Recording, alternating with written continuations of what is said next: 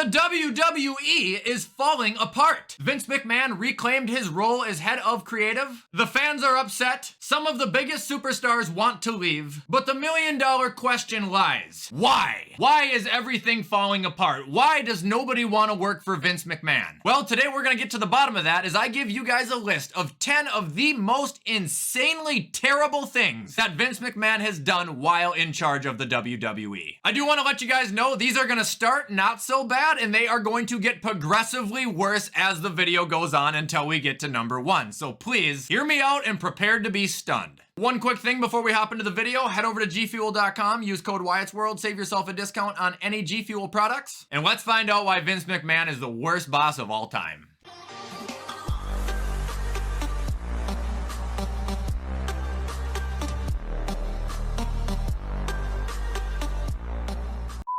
Alright, so starting off with number 1, we have making himself the world champion not once, but twice. Like I said, we're gonna start off with not so bad ones, but they're gonna get really bad soon. Anyway, the problem with this one is imagine being anybody in that locker room. Imagine being somebody who just wants to work and work to the top to be the champion more than anyone. You're fighting, you're scratching, you're clawing, you are quite literally putting your life on the line to go above and beyond the boss's expectation to impress him. And he ends up just booking himself as the world heavyweight champion anyway. Now, when he actually won the WWF championship, that was in like 1999. However, he did win the ECW title up in like 2007, and that was just as bad, and for some reason, he wore a do-rag. I cannot imagine the morality in that locker room. Every single talent in there probably wanted to quit. You're not the champion, you're not the champion, you're not the champion. The boss is the champion. Give me a break.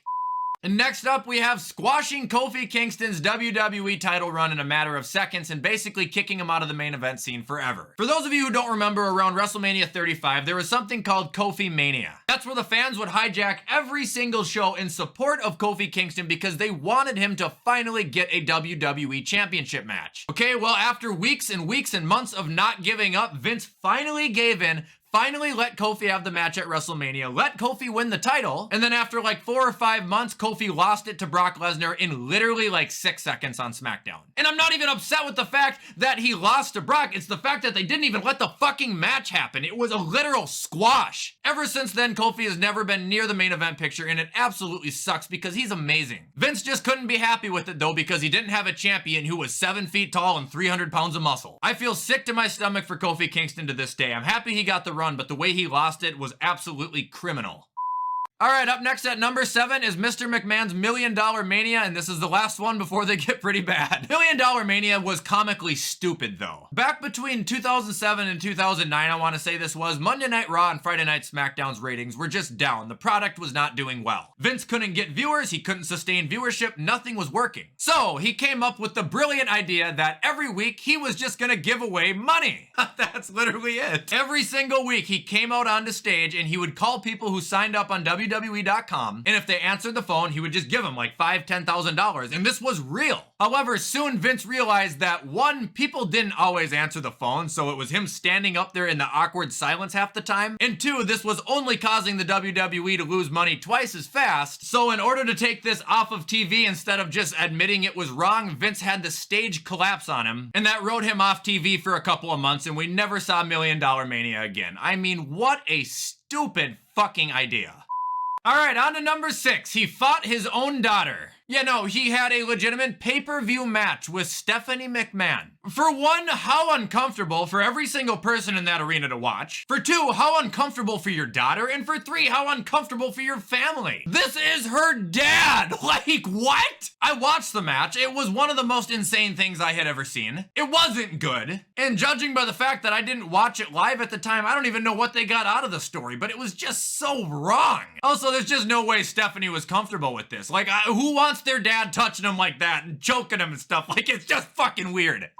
Alright, next one. This is one of my favorites. He mocked God. Yeah, he mocked God like the Lord, and he also booked God in a match against him too. Look, man, I'm religious, but I don't go to church. Therefore, I wasn't offended by it really when it happened. But to anybody who was religious and like was actively going to church and everything, that was really bad. To create something called Mcmahonism and start trolling about religion, like, there's two things you don't mess with, man. Race and religion, like, you don't fuck with it. They caught hell for years. I think they're still catching hell for it, and I think they also lost a couple endorsements from it. Like, it was just not smart.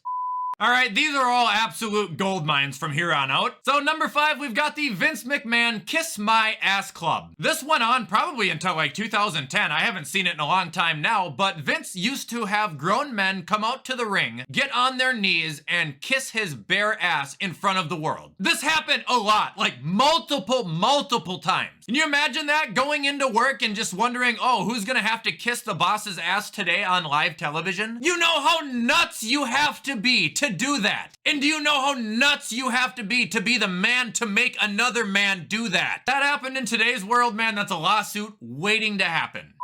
Next up, we got making Trish Stratus get on the ground in the ring in front of everybody and bark like a dog. That legitimately happened. Go look that up on YouTube. I don't need to explain anything. Like, that legitimately took place. And I'm not sure if it was the same segment or not, but I think he made her undress too. He for surely made her undress a different time if it wasn't the same time. But how in the hell did that fly? All I hear is day in and day out of equality, and I agree with it, by the way. Women should be treated as an equal. You can't make them get on their hands and knees and bark like dude. All right, number 3, blatantly just calling John Cena the N-word. That's another one you can look up easily, but I'm not gonna get demonetized for it. What I just said is exactly what it was. It was a backstage segment. I can't remember what pay-per-view. I wanna say it was actually Taboo Tuesday, but that's probably wrong. And he was talking to John Cena. You know how John Cena used to be a rapper? And then after the conversation, when Vince McMahon walked away, he looked at John Cena and said, "Keep it up, my you-know-what." And then in the same promo, when Vince walked by John Cena, Booker T was right there. The boss booked that. All right, number 2, faking his own death. I still don't really know where the storyline was going with this. I think it was to do with his illegitimate son or something. But yeah, Mr. McMahon faked his own death. And he didn't fake his own death in a WWE aspect. Like, he actually tried to convince people that he was dead. It was on SportsCenter, it was on ESPN, I mean, it was everywhere. And it went on for like weeks, I think. And then Chris Benoit killed himself and his family, and it forced Vince to pretty much walk onto live TV and be like, hey guys, I'm still alive, let's just completely forget about this. Nowadays, when you watch someone on WWE die, like, you know they're not dead. It's like The Undertaker. This man tried to convince people he was actually fucking dead.